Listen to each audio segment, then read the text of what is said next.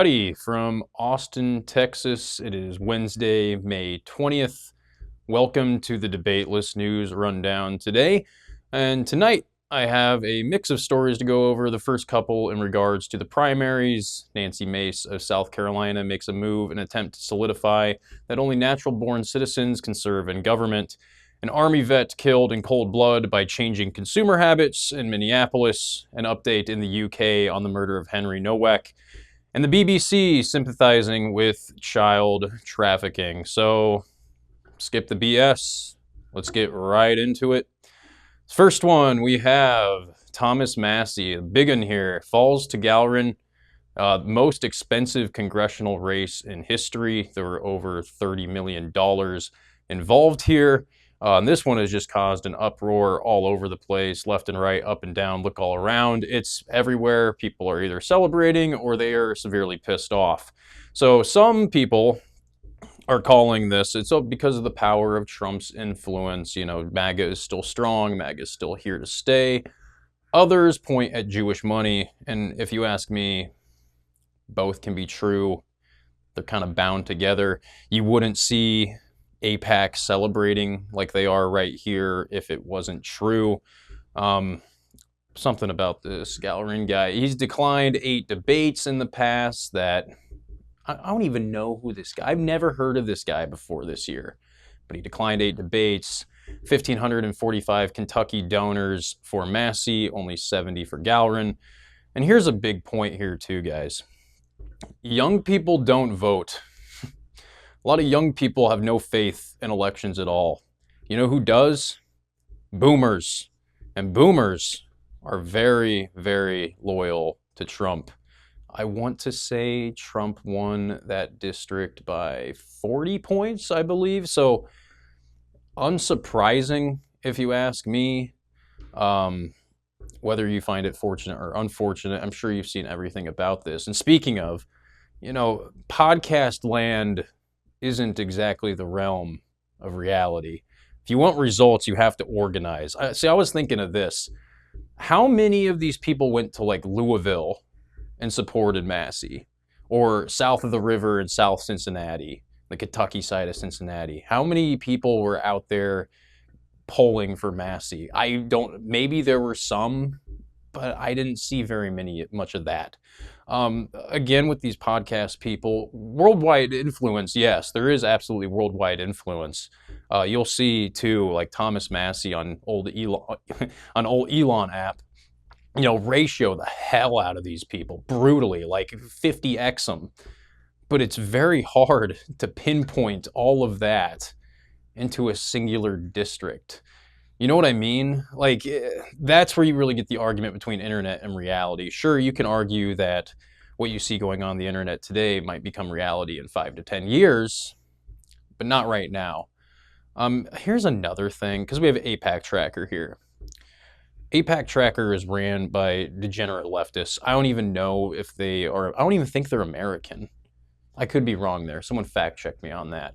But my point is, although this is a nice resource to have, we need to kick out leftism and third worldism from the JQ conversation. They only weigh us down. The third worldists have completely different intentions. Sure, they don't like the J-boys. Sure, there are some truths that they bring to the table, but they don't care about us. They don't either. Like, this is what I'm on when taking our own side here. Right? Same with the leftists. They just freak out. They love just marching on the streets. They just find something to get pissed off about and rally against it until the next thing comes along. So, big point here, and hopefully younger people who plan on running for office in the future learn from the mistakes of the past here. We need to kick out the leftism and third worldism, all right? Like, we aren't going to get anywhere with the JQ conversation, with the J-pilled, you know, those who are J-pilled. If we keep them on our side, we can take our own side. It's fine, okay? And in addition, Massie does still have 7 months left in Congress, so he could go down swinging. I kind of want to see it. You know, he's always talking about the Epstein files. I want to see that. Don't you? Like, why? What's stopping him? What is stopping him from saying names? You know what I mean? We'll see how it goes. He still has 7 months left. Continuing on with more primary action from the Debateless.com website, you have Trump endorsing Ken Paxton in an attempt to defeat Cornyn. On just a point here, it was a brilliant move by Paxton, if you ask me, where he was offering to drop out if Cornyn takes his part in passing the SAVE Act, which he didn't. The SAVE Act, of course, would require voters to display proof of citizenship to vote. I don't know how that hasn't been a thing since the conception of this country. It's not hard. A driver's license, that's all you need. That's all you need. You just need a driver's license. Like, if our elections are going to be legitimate, which I said earlier, younger people don't trust, this would be a great way to make it appear at least more legitimate for younger people, but what do I know? And in addition, I like another personal opinion here, whatever it takes to defeat Tallarico. He is, you know the phrase, like they'll hollow out your religion and then wear it as a skin suit? That's him. You know, Mr. The border should have a welcome mat on it. Mr. I learned from the Bible to be more aware about how, evil we are as white people. The Bible taught me sodomy is okay. He's a fraud, he's a phony, scumbag. I want to see Tallarico go down. If God forbid he has any power in Texas. Regardless, this is a race worth watching. The runoff will be next Tuesday, the 26th. Now, in South Carolina, we have Representative Nancy Mace with a message to send, and I'll just read it out for you here. Ian Omar, Sheer, Theandar, PayPal, all born in foreign countries, none were citizens by birth, all sitting in the United States Congress, all making clear every day their loyalty is not to America. Duh. We just introduced a long overdue joint resolution proposing a constitutional amendment to require members of Congress, federal judges, and Senate-confirmed officers to be natural-born citizens. This is the very same standard the President and VP are already required to meet. The people writing America's laws, confirming America's judges, and representing America on the world stage should have one loyalty: America, not any other country. Great. For too long, we have allowed foreign-born members to hold seats in this government while making clear they are America last, not America first. We see it every day. The constitutional amendment will put an end to it. Now, great. This is a step. We're definitely moving along. We'll see where it goes. Nothing is guaranteed here, but good messaging. And, I'll even go further. I'll argue you shouldn't be allowed to serve unless your blood can quite literally be traced back to pre-Hart-Celler. That would guarantee avoiding all of this. Pre-Hart-Celler only. And that isn't just the Democrats either. It's the Republican Party as well. I know Vivek is the hot one here. Mr. India anchor baby. Like, he ain't pre-Hart-Celler. He's already talking about replacing jobs in Ohio to India, which, shocker. But, hey, this is something. It's not everything, though.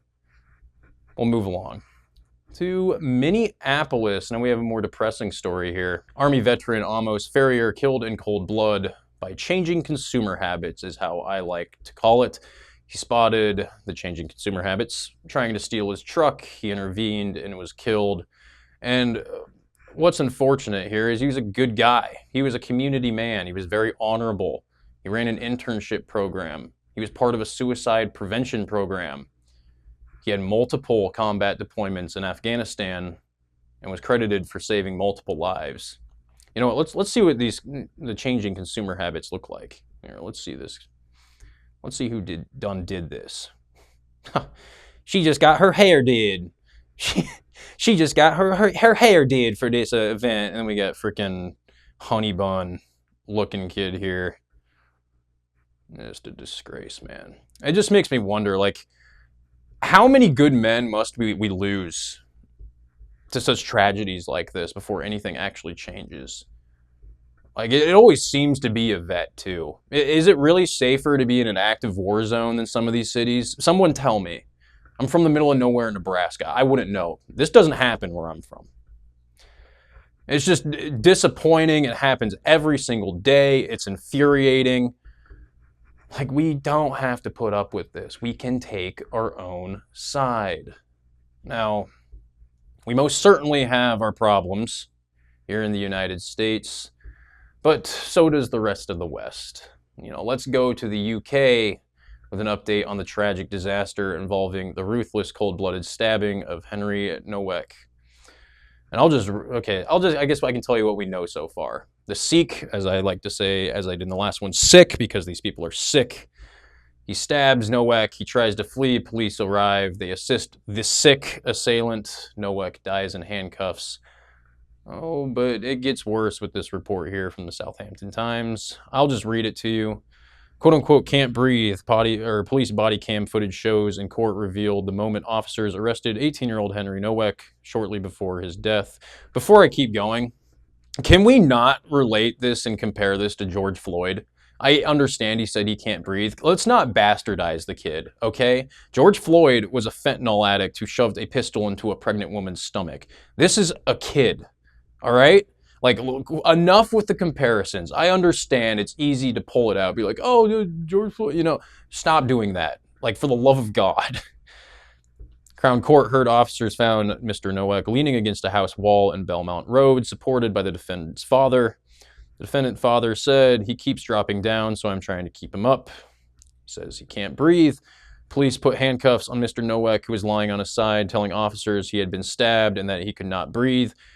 This is just gross here. The officer told Mr. Nowak that he was under arrest for suspicion of assault. Mr. Nowak repeated that he had been stabbed, and a male voice said, "I don't think you have, mate. I don't think you have, mate. I think you're full of it. I don't actually think you've been stabbed, mate. We gotta put you in them cuffs, mate. I'm gonna go get some curry after this because, I love the food." How fucking pathetic, dude. Yeah, I don't think you have, mate. Hey, I've been stabbed. I don't think you have, mate. Fucking pathetic, dude. I'm sorry, but like, okay, I get it. We have our problems with the police here in the United States. We do, but we're a lot more honorable. Sure, we had our Uvalde. We have events like that. We have pathetic events like that, right? But our cops compared to Brit cops, Euro cops. Like, Euro cops are a joke, dude. They look like construction workers. They don't do shit. They are always there to defend non-white people and, put the whites in handcuffs because they might have been racist. I don't think you have, mate. Shut the fuck up, dude. Video cuts out when CPR starts, and in its place, a transcript was read by Neil King, prosecuting and the officer in the case. One officer said he is not unconscious, mate. He isn't breathing. Mr. Nowak was pronounced dead at 10:37 a.m. despite the efforts of police, paramedics, and a doctor who was flown in to the scene by helicopter. And then, of course, at the end, you got Vic Cum Singh Dikwa, 23. You can read right here, Vic Cum Dikwa of St. Denis Road. He denies the charge of murder because, of course, he does. Like, what is accountability? You come into this nice first world country, you do whatever the hell you want, you expect the world given to you, and you can. Oh, I did not do it. Dude, this story just pisses me off. Like, I'm moving on. It's just so upsetting. These last two are just gross. Here, speaking of gross, oh my God. Finally, we have the BBC trying to paint child trafficking in a morally righteous light. Yeah, we got selling children to survive. Afghan fathers forced to make impossible choices. I mean, this is just a cultural norm in Afghanistan, this part of the world. Yeah, we're becoming culturally enriched here. We're educating ourselves to beat bigotry. We're learning about Afghanistan. And yeah, of course, the BBC, just so honorable. Let's just look through some of this.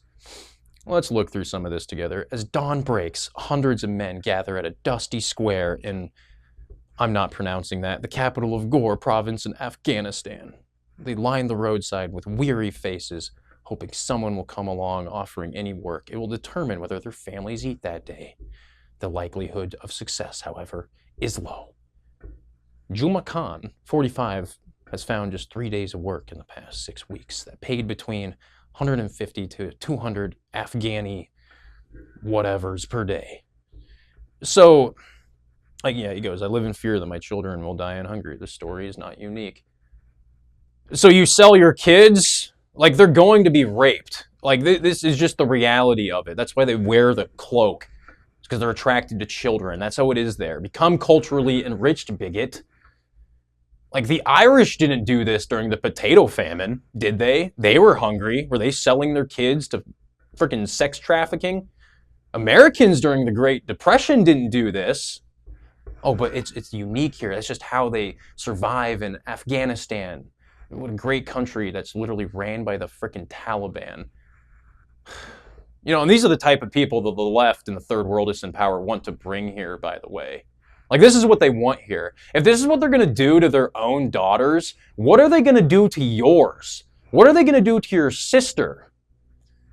Do you oh, at least in this story, he shows a little bit of remorse that he has to sell his daughters to fucking sex slavery. They don't even care about us. They'll gladly do it. They'll upcharge it. Maybe if they're, over the age of 10, maybe it'll be a little cheaper because it's not a hot commodity there. Like, this isn't a father, dude. This is a dumbass, worthless sack of shit. And remember, too, think of this. We are more responsible in the first world, right? You can have a couple making a household income of, 100, 120K, 80K, whatever it is. And, they'll say, we can't have kids yet. We can't afford it, We got to be wise here, maybe in a few more years. Buddy. Excuse me. Buddy. The third world fuck and reproduce like rabbits. They don't have this sense of personal responsibility as a collective. They don't think, oh, can we afford this? They think, I'm horny, let me pipe. Well, let's make babies. I'm horny. I think with my penis first. It's DSR, desire, spirit, rationale, prototype. We'll get more into that in a Disclosed Nation. Kind of just give you a teaser there. 99% of the world, to be fair, is DSR. But this is prime, pure DSR. You see it in Nigeria too, because their population's exploding. They're going to go hungry real quick, as if they already aren't. India, another big one, population exploding. They have no regard, of responsibility or the future or thinking ahead or is this a wise thing to do? They, as a collective, do not think like that. They just fuck like rabbits, reproduce a ton of kids that they can't take care of, and then ultimately sell them into sex slavery. What a great place. Yes, let's bring more of these people in. That's what we need. Anyway, that's all I got today. This is the Debateless News Rundown. I appreciate you for being here. And God bless.